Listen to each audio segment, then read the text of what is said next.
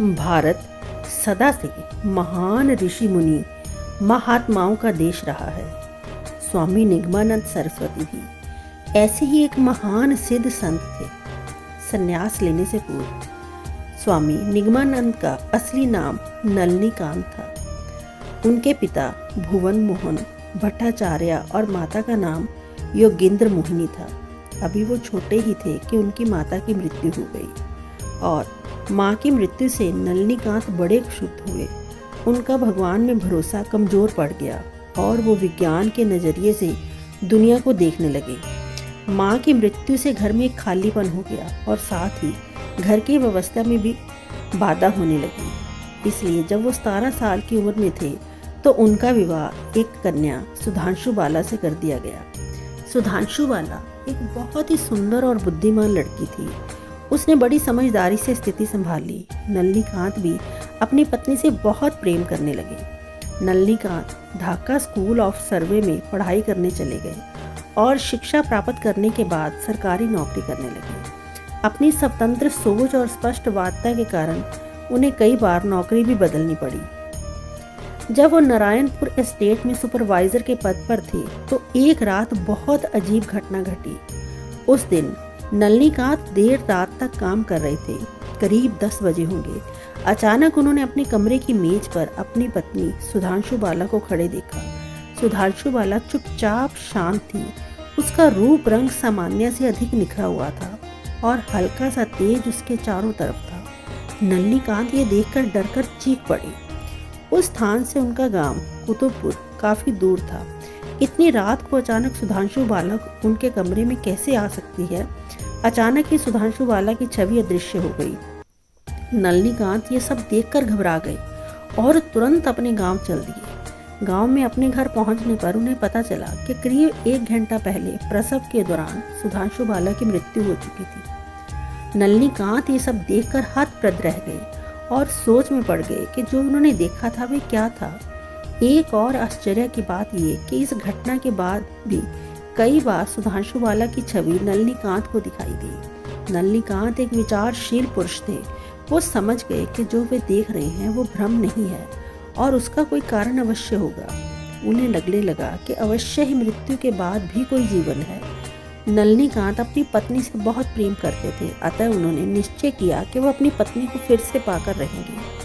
अपनी इस इच्छा की वजह से वो रामकृष्ण मिशन, थियोसॉफिकल सोसाइटी जैसी कई संस्थाओं में गए, कई लोगों से मिले। जमुना मृत्यु के रहस्य, मृत्यु के बाद जीवन में उनकी गहरी जिज्ञासा बढ़ती गई। एक दिन उनकी मुलाकात सिद्ध स्वामी पूर्णानंद से हुई।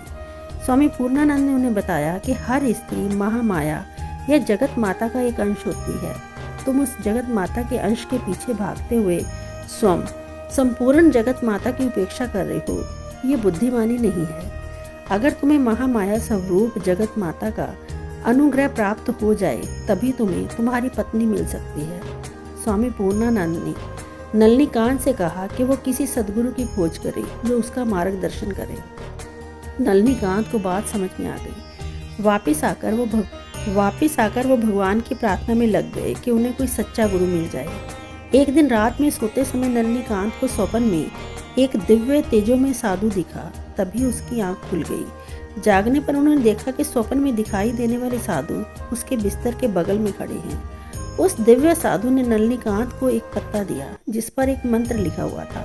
वह पत्ता देकर साधु अंतर्ध्यान हो गए। आश्चर्यचकित नलिनीकांत की समझ में नहीं आया कि पत्ते पर लिखे इस मंत्र का वह क्या करे। उस मंत्र को लेकर वे कई विद्वान ज्ञानी संत लोगों के पास गए, लेकिन कोई उस मंत्र का अर्थ या उपयोग नहीं बता सका।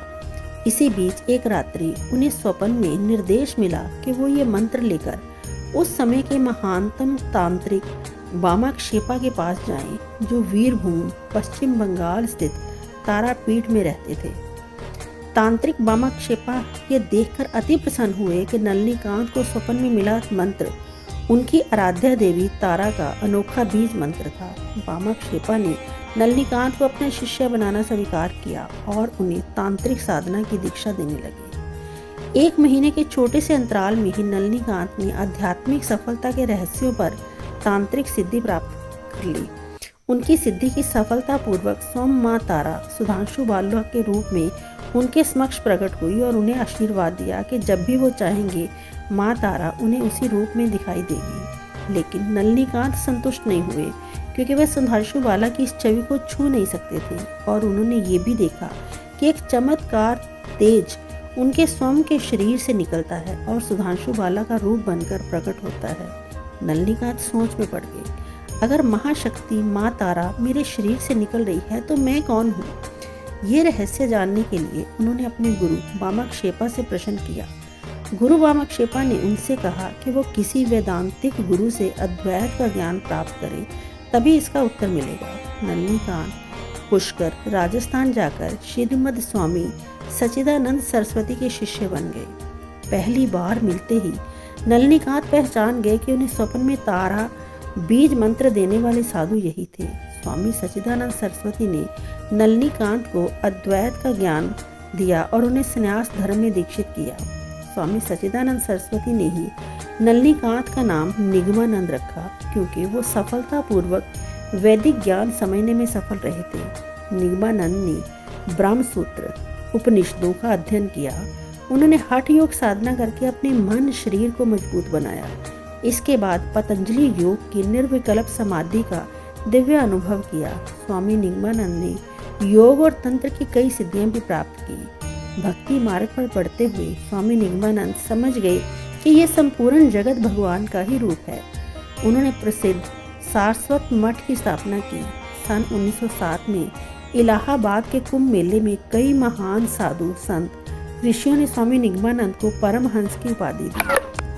स्वामी निगमानंद ने अपने जीवन के अंतिम 14 वर्ष पूरी उड़ीसा में बिताए। सन 1935 में श्री निगमानंद जी ने कलकत्ता में महासमाधि ले ली। स्वामी निगमानंद ने विभिन्न आध्यात्मिक विषयों पर कई पुस्तकें लिखी थी।